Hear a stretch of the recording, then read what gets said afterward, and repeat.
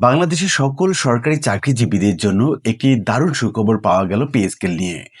আপনারা স্ক্রিনে দেখতে পাচ্ছেন দেশ রূপান্তর নামক একটি পত্রিকা নবম পে স্কেলের বিষয়ে একটি আপডেট তথ্য দিয়েছে। তারা লিখেছে নবম পে স্কেলে সর্বনিম্ন এবং সর্বোচ্চ বেতন কত যা জানা গেল।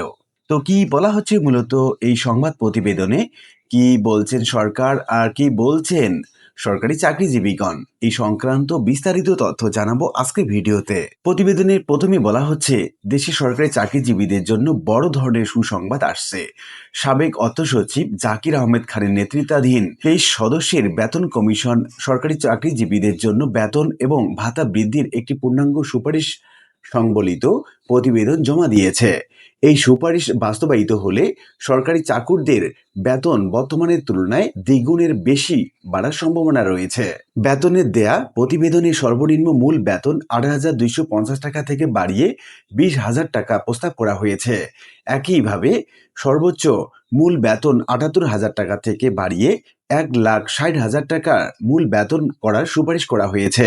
প্রস্তাবিত এই কাঠামোতে ১০০ থেকে ১৪০% পর্যন্ত বেতন বৃদ্ধির কথা বলা হয়েছে।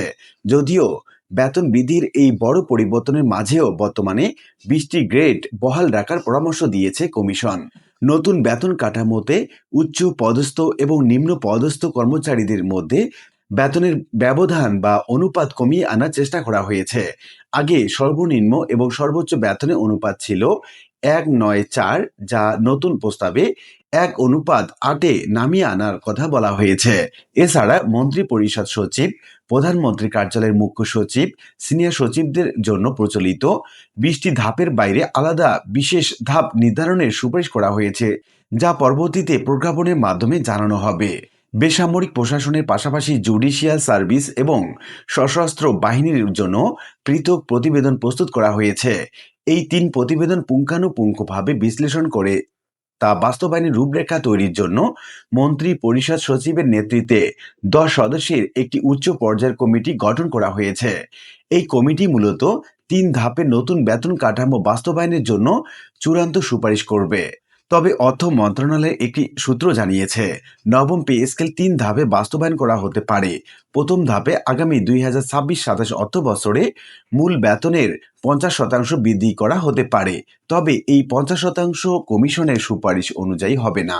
কমিশন মূল বেতন বৃদ্ধির যে সুপারিশ করেছে সেটি ৬০ থেকে ৭০% করার পর যে অর্থ হয় সেই অর্থের ৫০% বৃদ্ধি পেতে পারে বলে আভাস দিয়েছে সূত্রটি। অর্থ মন্ত্রণালয়ের এক কর্মকর্তা বলেন, পে স্কেল বা পে কমিশনের সুপারিশ বাস্তবায়নে গঠিত উচ্চ পর্যায়ের কমিটি যে সুপারিশ করেছে সেই সুপারিশের আলোকে আমরা কাজ করছি। শিগগিরই বিষয়টি চূড়ান্ত অনুমোদনের জন্য প্রধানমন্ত্রীর কার্যালয়ে পাঠানো হবে।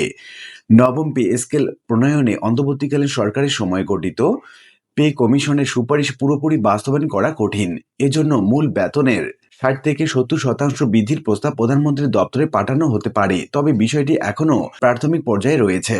বর্তমানে দেশে প্রায় ১৪ লাখ সরকারি কর্মকর্তা এবং কর্মচারী এবং ৯ লাখ পেনশনভোগী রয়েছেন। তাদের পেছনে সরকারের বর্তমান বাৎসরিক ব্যয় ১,৩১,০০০ কোটি টাকা।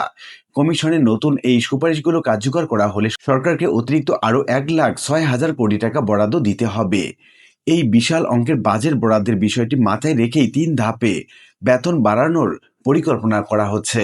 তো উল্লিখিত বিভিন্ন আলোচনা থেকে আমরা বলতে পারি সকল সরকারি কর্মকর্তা এবং কর্মচারীদের জন্য এটি একটি বিশাল সংবাদ। কারণ দীর্ঘ প্রতীক্ষিত এই পে স্কেল যে বাস্তবায়ন হতে যাচ্ছে এটা যেমন সুখবর, অন্যদিকে সরকারি কর্মকর্তা এবং কর্মচারীগণ তারা বলছেন ৩ ধাপে নয়, বরং প্রথম ধাপেই তাদের বেতন ১০০% অর্থাৎ বেতন দ্বিগুণ করার প্রস্তাব তারা দিয়েছে কর্মচারী পরিষদ থেকে। আর এটি করা না হলে সরকারি কর্মকর্তা এবং কর্মচারীগণ তারা বিভিন্ন রকমের বৈষম্যের শিকার হবেন এবং দ্রব্যমূল্যের বৃদ্ধির সাথে যে মুদ্রাস্ফীতি হয়েছে সেটার সঙ্গে তারা তাল মিলাতে পারবে না। এবং সেই সঙ্গে কর্মচারী পরিষদ আবেদন জানিয়েছে তাদের বেতন বৈষম্য অর্থাৎ ১ থেকে ২০তম গ্রেডের মধ্যে যে বেতন ব্যবধান সেটা কমানোর প্রস্তাব করেছে তারা। আর এটি করা না হলে সরকারি কর্মকর্তা এবং কর্মচারীদের মধ্যে বেতনের যে বিশাল ব্যবধান সেটা রয়েই যাবে। আশা করি বিষয়টি বুঝতে পেরেছেন।